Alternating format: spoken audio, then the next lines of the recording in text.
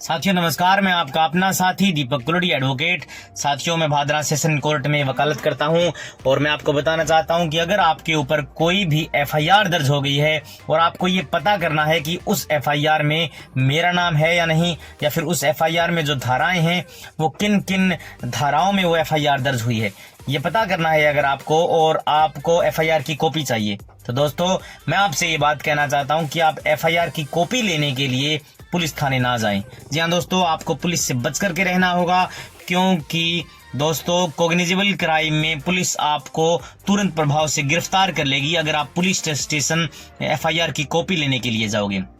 दोस्तों हालांकि ये प्रोविजन है सीआरपीसी की धारा 154 के सबसेक्शन 2 में कि पुलिस थाना जो है वो आपको एफआईआर की कॉपी निःशुल्क उपलब्ध कराएगा, लेकिन दोस्तों इन्वेस्टिगेशन ऑफिसर है वो आपकी फिराक में है कि कब जो मुलजिम जो है वो मेरी पकड़ में आएगा और कब मैं उसे गिरफ्तार करूंगा। हालांकि दोस्तों 7 साल से कम सजा के अपराध में Arnesh Kumar versus state of Bihar में सुप्रीम कोर्ट ने क्लियर कट गाइडेंस दी है। ये कहा है कि आप किसी भी व्यक्ति को गिरफ्तार नहीं कर सकते 7 साल से नीचे के क्राइम में। अगर वो व्यक्ति जो है वो आपका जांच में सहयोग करना चाहता है, वो सहयोग करेगा तो आप उसको 41A का नोटिस देकर के छोड़ सकते हो 7 साल या 7 साल से कम के अपराध में। लेकिन दोस्तों कुछ एक परिस्थितियों में इन्वेस्टिगेशन ऑफिसर जो है वो आपको तुरंत प्रभाव से गिरफ्तार कर सकता है,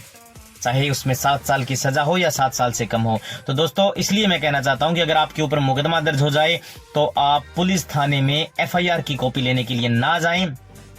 क्योंकि दोस्तों इन्वेस्टिगेशन ऑफिसर तो आपको गिरफ्तार कर लेगा। इसके लिए आपको क्या करना होगा, आपको एडवोकेट से मिलना होगा, या फिर एडवोकेट के मुंशी के द्वारा, या फिर आप समय जाकर के कोर्ट रूम से आप जो है वो एफआईआर की कॉपी ले सकते हैं। इसके लिए आपको एफआईआर नंबर पता होना चाहिए। कई साथियों ने मुझसे ये कहा कि आप राजकोप ऐप पर भी या फिर अन्य कोई ऐप जो है राज्य सरकारों के, उनमें जो है वो आप जाकर के एफआईआर की कॉपी ले सकते हैं। लेकिन दोस्तों एफआईआर की कॉपी अगर आप अपने बचाव के लिए ले रहे हैं तो सर्टिफाइड कॉपी होनी चाहिए, कोर्ट की मोहर उस पे होनी चाहिए। जी हाँ दोस्तों, आप एक सीधा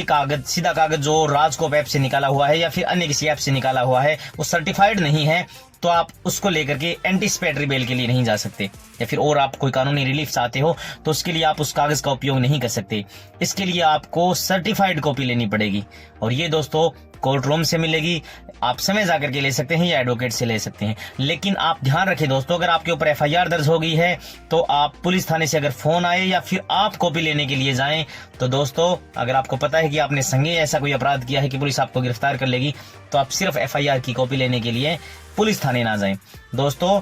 क्योंकि वो कॉपी जो है वो आपको कोर्ट से भी मिल सकती है। सीआरपीसी की धारा 157 में ये प्रोविजन है कि पुलिस थाने में अगर कोई भी एफआईआर दर्ज हो जाती है, चाहे वो किसी भी धारा किसी भी सेक्शन में हो, तो वो एफआईआर जो है संबंधित न्यायालय में भेजते हैं। इसके लिए आपको अगर नॉलेज नहीं है तो आप एडवोकेट की सहायता से या समय जाकर के नकल फॉर्म भर करके आप दोस्तों एफआईआर की कॉपी ले सकते हैं। उसके बाद जो है वो आप एंटीसिपेटरी बेल के लिए अप्लाई कर सकते हैं, या फिर आप उनमें किन धाराओं में मुकदमा दर्ज हुआ है, या फिर दोस्तों किन किन व्यक्तियों के उस एफआईआर में नाम है, जो भी आप कानूनी रिलीफ चाहते हो एडवोकेट से, तो वो सर्टिफाइड कॉपी निकलवा करके आप रिलीफ ले सकते हैं।